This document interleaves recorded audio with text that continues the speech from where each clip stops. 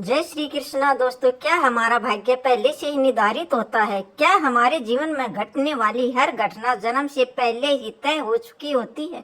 मित्रों, गरुड़ पुराण के विषय में एक अत्यंत महत्वपूर्ण और रहस्यमय ज्ञान प्रदान करता हूँ। इस पुराण के अनुसार मनुष्य के जीवन में जो कुछ घटता है जन्म से लेकर मृत्यु तक वह पूर्व निर्धारित होता है। मृत्यु और जन्म में दो ऐसी अटल सत्य हैं जिन्हें कोई नहीं टाल सकता। परंतु एक प्रश्न बार बार मन में आता है, क्या हमारा भाग्य जन्म से पहले लिखा जाता है या बाद में? क्या हमारे कर्म उसे बदल सकते हैं या हम केवल पहले से तय रास्ते पर चलते हैं? इन्हीं प्रश्नों के उत्तर लेकर हम आज प्रस्तुत कर रहे हैं गरुड़ पुराण की एक ज्ञानवर्धक कथा, जो एक न केवल भाग्य और कर्म का रहस्य सुलझाती है बल्कि जीवन को दिशा देने वाली प्रेरणा भी देती है। दोस्तों, आज की यह दिव्य कथा श्री कृष्ण और नारद संवाद पर आधारित है। कृपया इस वीडियो को अंत तक जरूर देखें, क्योंकि आधा अधूरा ज्ञान विष के समान घातक होता है और गरुड़ पुराण के अनुसार कोई भी कथा अधूरी नहीं छोड़नी चाहिए। एक बार की बात है, द्वारका नगरी में भगवान श्री कृष्ण अपने दिव्य सिंहासन पर विराजमान थे। तभी देवराज इंद्र नारायण नारायण कहते हुए वहां पधारे। उन्होंने श्री कृष्ण को प्रणाम किया और कहा, हे प्रभु, आप त्रिकालदर्शी हैं, कृपा बताइए, क्या मनुष्य का भाग्य उसके जन्म से पहले तय होता है या फिर वह अपने कर्मों से उसे गढ़ता है? श्री कृष्ण मुस्कुराए और बोले, हे नारद, यह प्रश्न अत्यंत गूढ़ और मानव जीवन की जड़ से जुड़ा है। मैं तुम्हें एक कथा सुनाता हूँ जो इस रहस्य को उजागर करेगी। बहुत समय पहले अक्षयपुरी नाम का एक समृद्धि राज्य था। वहाँ के राजा रतनधर अत्यंत धर्मात्मा, न्यायप्रिय और प्रजावत्सल थे। वे वर्षों से संतान की कामना कर रहे थे। राजा और रानी ने भगवान शिव की आराधना की। कई वर्षों की तपस्या के बाद शिव जी प्रसन्न हुए और उन्होंने उन्हें संतान प्राप्ति का वरदान दिया। कुछ समय पश्चात रानी गर्भवती हुई और पूरे राज्य में आनंद छा गया। परंतु जब बालक का जन्म हुआ तो सभी चकित रह गए। वह शरीर रूप से विकलांग था। राजा का हृदय टूट गया। उन्होंने सोचा, इतनी तपस्या, इतने यज्ञ करने के बाद भी ऐसा क्यों हुआ? अपने उत्तर की खोज में राजा रतनधर श्री कृष्ण के पास पहुंचे। राजा ने पूछा, हे प्रभु, मैंने सदैव धर्म का पालन किया, फिर भी मुझे ऐसा पुत्र क्यों प्राप्त हुआ? क्या यह मेरे भाग्य से पहले लिखा था? श्री कृष्ण ने उत्तर दिया, हे राजन, यह केवल तुम्हारा ही नहीं बल्कि तुम्हारे पुत्र के पूर्व जन्मों के कर्मों का ही फल है। यह जन्म पिछले जन्मों के कर्मों का परिणाम है। राजा ने पूछा, क्या भाग्य वाकई पहले से लिखा होता है? भगवान श्री कृष्ण बोले, जन्म, मृत्यु और जीवन के महत्वपूर्ण पड़ाव पूर्व निर्धारित होते हैं, लेकिन मनुष्य के कर्म उसके उस भाग्य को भी प्रभावित कर सकते हैं। उन्होंने आगे कहा, तुम्हारे पुत्र ने अपने पूर्व जन्म में कुछ कर्म ऐसे किए थे जिनके कारण उन्हें यह जन्म विकलांगता के साथ मिला, लेकिन यह उसका अंतिम सत्य नहीं है। यदि वह जीवन में साहस, धैर्य और आत्मविश्वास से आगे बढ़ेगा तो वह अपने भाग्य को बदल सकता है। श्री कृष्ण ने राजा को समझाया कि भाग्य और कर्म एक दूसरे के पूरक हैं। कर्मों के द्वारा ही भाग्य का निर्माण होता है और उसे बदला भी जा सकता है। राजा ने पूछा, तो क्या मेरे पुत्र का भविष्य उज्जवल हो सकता है? श्री कृष्ण बोले, निश्चित ही। यदि तुम उसे सही शिक्षा, प्रेम और आत्म बल दो तो वह एक दिन वह योद्धा बनेगा जिसकी तुमने कामना की थी। समय बीतता गया। राजा रतनधर ने श्री कृष्ण की शिक्षाओं को जीवन में उतारा और अपने पुत्र को आत्मविश्वास के साथ जीवन जीना सिखाया। धीरे धीरे वह बालक अपने संघर्षों पर विजय पाने लगा। उसने समाज में अपनी अलग पहचान बनाई और एक दिन राज्य का भार संभालने योग्य बन गया। फिर श्री कृष्ण बोले, हे नारद, यह कथा इस सत्य को उजागर करती है कि भाग्य एक रेखा की भांति है, लेकिन कर्म उस रेखा को मोड़ सकते हैं। ईश्वर भक्ति, सत्य मार्ग और सेवा भाव से मनुष्य अपने भाग्य को सुधार सकता है। जो मनुष्य अपने पूर्व जन्म में पाप करता है वह उसे भोगता है, लेकिन जो समय रहते अपने कर्मों को सुधारता है वह इस चक्र से मुक्त हो जाता है। यह जीवन एक अवसर है, एक खेत के समान, जिसमें जो बीज तुम बोओगे वही फल तुम्हें मिलेगा।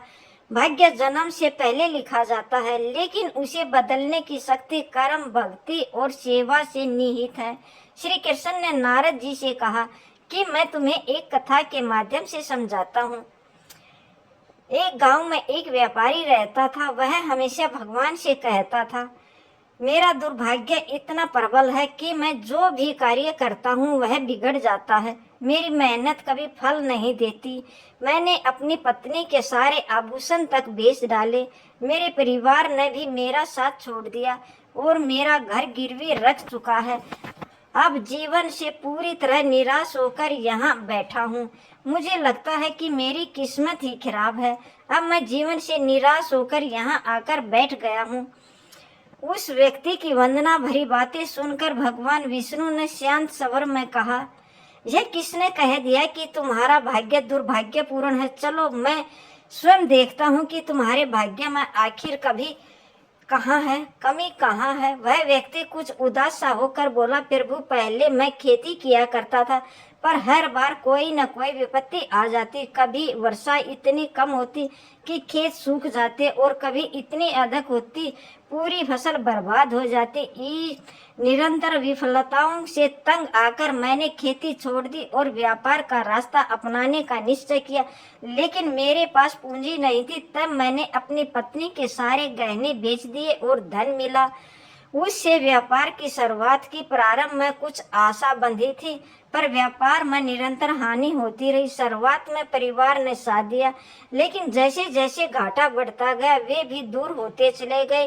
प्रभु मैं जो कुछ कर रहा हूँ अपने परिवार के लिए कर रहा था, लेकिन अब मुझे ही हमारे दुखों का कारण मानते हैं, मुझे नजर चुराने लगे हैं। वह व्यक्ति रुक रुक कर बोल रहा था, मेरे एक मित्र हैं जिसने मेरे साथ ही व्यापार शुरू किया था। आज उसका काम बहुत अच्छा चल रहा है। जब वह हमारे घर आता है तो अपनी तरक्की की बातें सुनाता है। उसकी बातें सुनकर मेरे अपने ही मुझे कहते हैं कि उससे कुछ सीखो, उसने देखो कि कैसे सफल हुआ है। वे कहते हैं तू तो निकम्मा है, तेरे बस का कुछ नहीं है। प्रभु जब अपने ही ऐसा कहें तो आत्मा टूट जाती है। अब वो मुझे भी लगने लगा है शायद मेरे जीवन में कुछ भी अच्छा नहीं हो सकता। हर समय मन यही ख्याल आता है कि मैं एक असफल व्यक्ति हूँ। कई बार तो ऐसे सोचने लगा हूँ कि जीवन ही समाप्त कर दूँ। आज इसी भावना में मैं इस वन में आया हूँ, परंतु वह भी कर नहीं सका, इसलिए यहाँ अपनी पत्नी के साथ एकांत में बैठकर रो रहा हूँ। उस व्यक्ति की सारी बातें सुनने के बाद भगवान विष्णु ने उसे कहा, तो यह बात है, क्या तुम और कुछ कहना चाहते हो? वह व्यक्ति बोला, महाराज एक तो मेरा हर काम बिगड़ जाता है और दूसरा मेरा मित्र हमेशा मुझे नीचा दिखाने की कोशिश करता है। उसकी बातें मुझे बहुत परेशान करती हैं। मैं समझ नहीं पाता कि इस स्थिति में क्या करूं और क्या ना करूं। भगवान विष्णु मुस्कुराते हुए बोले, क्या तुम अपने मित्र की बातों को सुनकर वास्तव में दुखी हो जाते हो? वह व्यक्ति ने कहा, हाँ महाराज, मैं अपने मित्र की बातों को सुनकर बहुत दुखी हो जाता हूँ। तभी भगवान विष्णु बोले, तुम्हें किस बात से अधिक दुख होता है, अपने असफल होने का या फिर अपने मित्र के सफल होने का? यह सुनकर वह व्यक्ति कुछ पल के लिए चुप हो गया। फिर उसने कहा, महाराज अगर सच कहूँ तो मुझे अपने असफल होने का उतना दुख नहीं होता जितना कि मेरे मित्र के सफल होने से होता है। भगवान विष्णु ने पूछा, अगर तुम्हारा मित्र असफल हो जाए तो क्या तुम्हें खुशी होगी? वह व्यक्ति बोला, महाराज हाँ मुझे खुशी होगी। भगवान विष्णु मुस्कुराए और बोले, इसका मतलब यह है तुम्हारी खुशी तुम्हारे मित्र पर निर्भर है। अगर वह चाहे तो तुम्हें खुश कर सकता है और यदि वह चाहे तो तुम्हें दुखी कर सकता है। तुम ना तो खुद को खुश कर सकते हो और ना ही दुखी। इसका अर्थ यह है कि तुम अपने मित्र के पूरी तरह गुलाम बन चुके हो। इसलिए मुझे लगता है कि तुम्हारे कुछ भी नहीं हो सकता। जब भगवान विष्णु थोड़ा नाराजगी भरे स्वर में दिखा तो वहां से आगे बढ़ने का प्रयास किया तो वह व्यक्ति घबरा कर उनके सामने हाथ जोड़कर खड़ा हो गया। उसने कहा, महाराज कृपा करके मुझे छोड़कर मत जाइए। आपकी बातों को सुनकर मुझे थोड़ी आशा नजर आ रही है। मुझे बताइए कि मैं क्या करूं। भगवान विष्णु रुके और बोले, यदि तुम मेरी बात मानने को तैयार हो तो मैं तुम्हें मार्ग दिखाऊंगा। याद रखना, जब हम किसी बाहरी चीज या व्यक्ति से उम्मीद बांध लेते हैं तो हमारी खुशी और दुख उस पर निर्भर हो जाते हैं। ऐसे में हम खुद को कमजोर बना लेते हैं। इससे बेहतर है कि तुम अपने आप से आशा रखो। जब तुम स्वयं पर भरोसा करोगे और पूरी लगन और प्रयास के साथ अपने काम में जुट जाओगे तो सफलता अवश्य तुम्हारे कदम चूमेगी। याद रखो, अपनी मेहनत और विश्वास के बल पर ही भाग्य को बदला जा सकता है। भगवान विष्णु ने अपनी बात को आगे बढ़ाते हुए उस व्यक्ति से कहा, तुम्हें लगता है कि तुम्हारा मित्र तुम्हें दुखी करने आता है, लेकिन अगर तुम उसकी बातों पर विचार करोगे तो देखोगे कि वह गलत नहीं कहता। हो सकता है तुम्हें उनकी बातें बुरी लगती हो, लेकिन सच्चाई ये है कि वह अपने संघर्ष और अनुभव की बातें तुम्हारे साथ साझा करता है। तुम्हें उसकी बातों से जलन होती है, इसलिए तुमने कभी उन बातों से कुछ सीखने की कोशिश ही नहीं की, लेकिन तुम्हें उससे जलन नहीं बल्कि आभार व्यक्त करना चाहिए। वह तुम्हें अपनी सफलता की कहानियां सुनाकर अनुभव सिखाने की कोशिश कर रहा है। तुम्हें उसकी बातों को ध्यान से सुनकर अपने जीवन में लागू करना चाहिए। अगर तुम उसकी सफलता की कहानियों से प्रेरणा लो और अपनी मेहनत जारी रखो तो एक दिन तुम्हें भी सफलता अवश्य मिलेगी। आज जिसे तुम अपनी बुरी किस्मत या बुरा समय कह रहे हो वह बदल जाएगा, और जब तुम्हारा अच्छा समय आएगा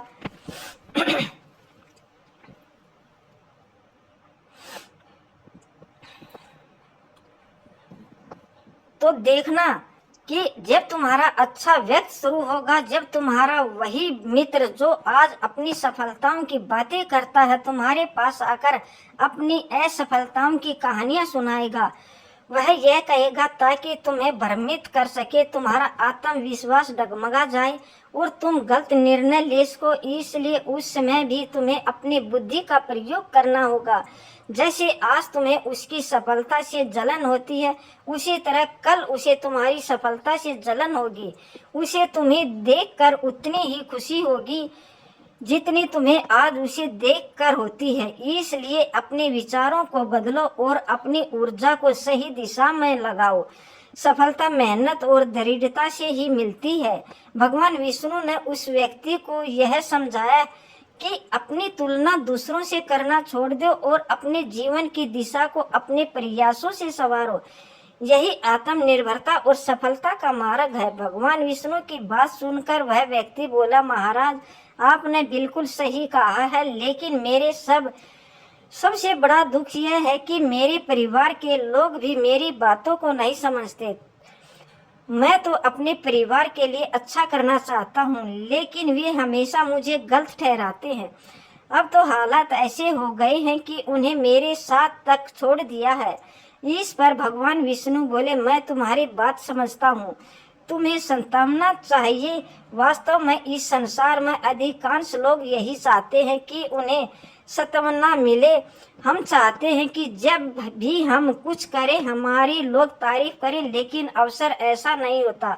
यही कारण है कि हमें दुख हो जाते हैं और हमें लगता है कि हमारे मित्र हमारे परिवार वाले मतलबी हैं। लेकिन जरा सोचो, अगर तुम अपने परिवार को परिवार मानते हो और उनके लिए कुछ करना चाहते हो तो यह क्यों महसूस होता है कि तुम दूसरों के लिए कर रहे हो?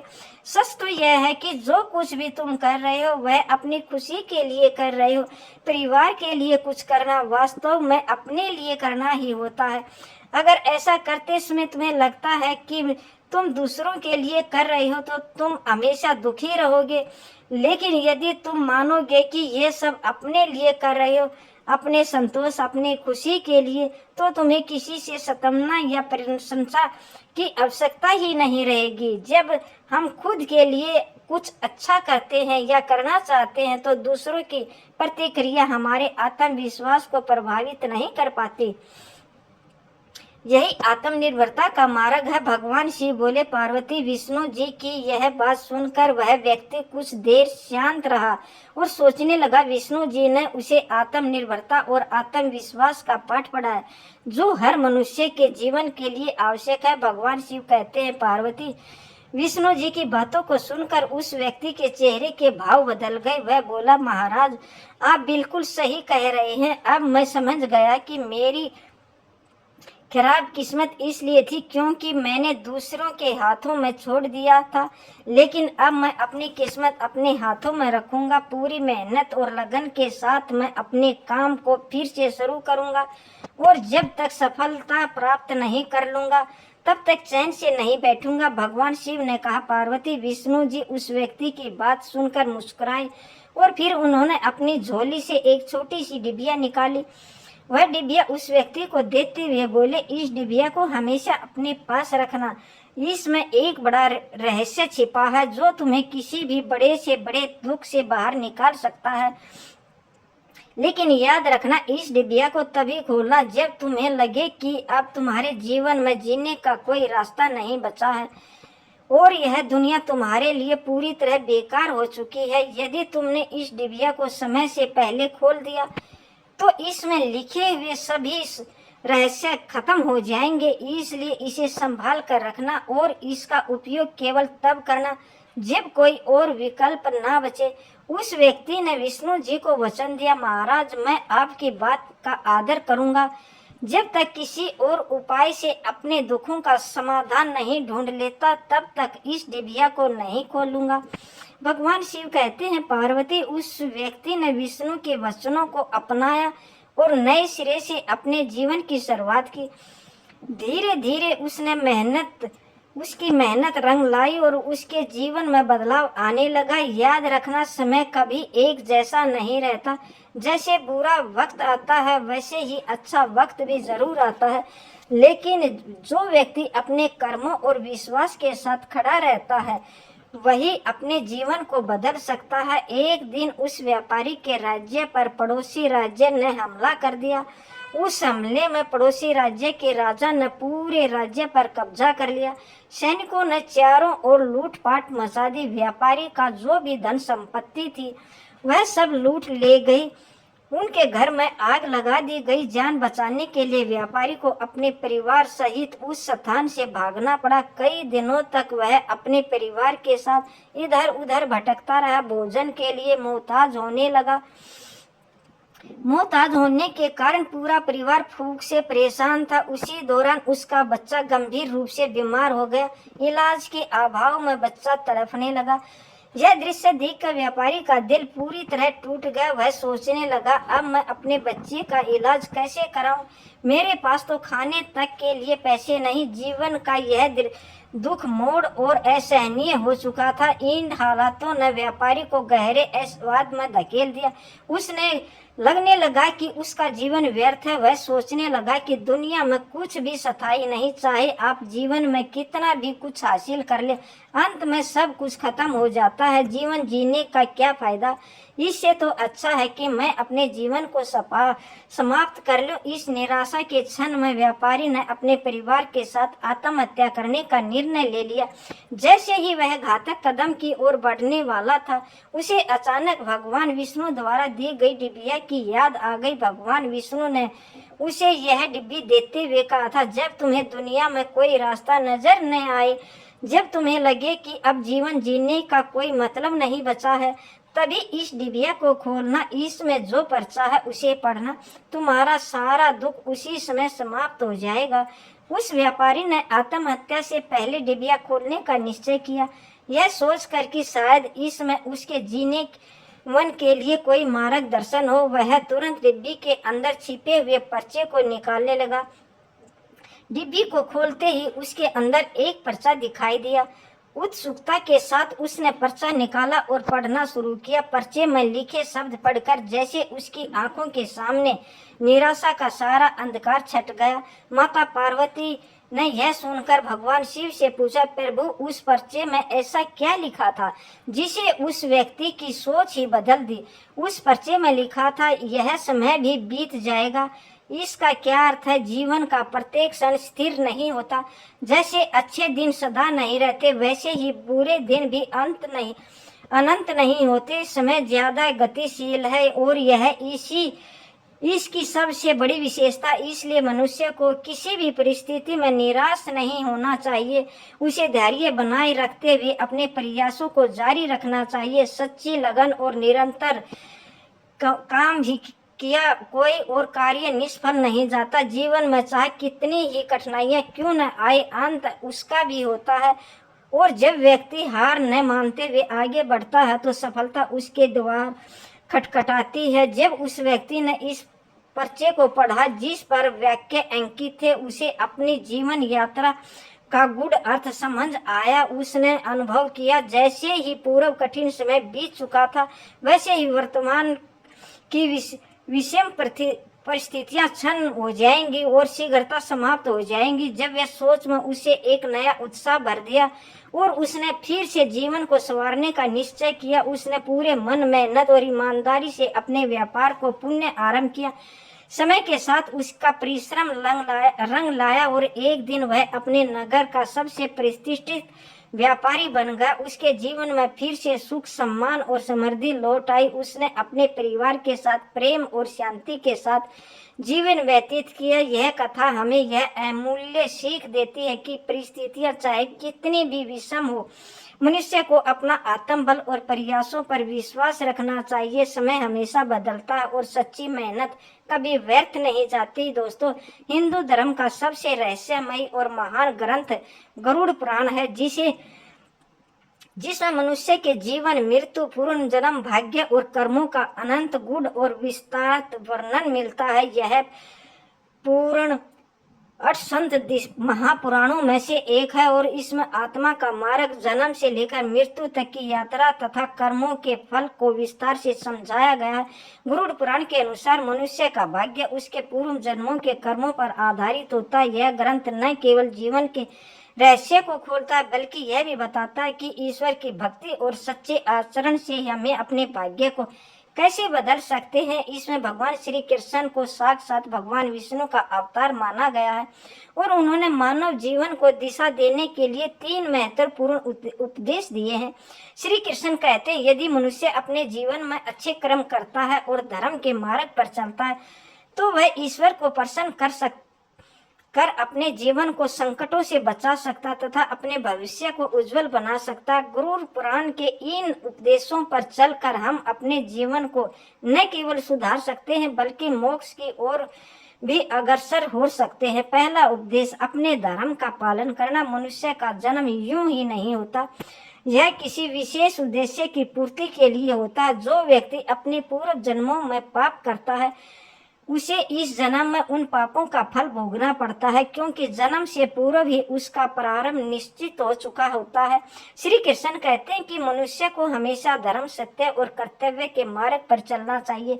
ईश्वर की भक्ति और सच्चे कर्मों से केवल हमारे पुराने पाप धुल सकते हैं, बल्कि हमारा वर्तमान जीवन भी सुखमय हो सकता है। यह जीवन एक अमूल्य अवसर है, इसे व्यर्थ न जाने दे। यदि हम सही धर्म का पालन करें तो हम अपने साथ साथ समाज के लिए भी प्रेरणा बन सकते हैं। दूसरा उपदेश है कि माता पिता की सेवा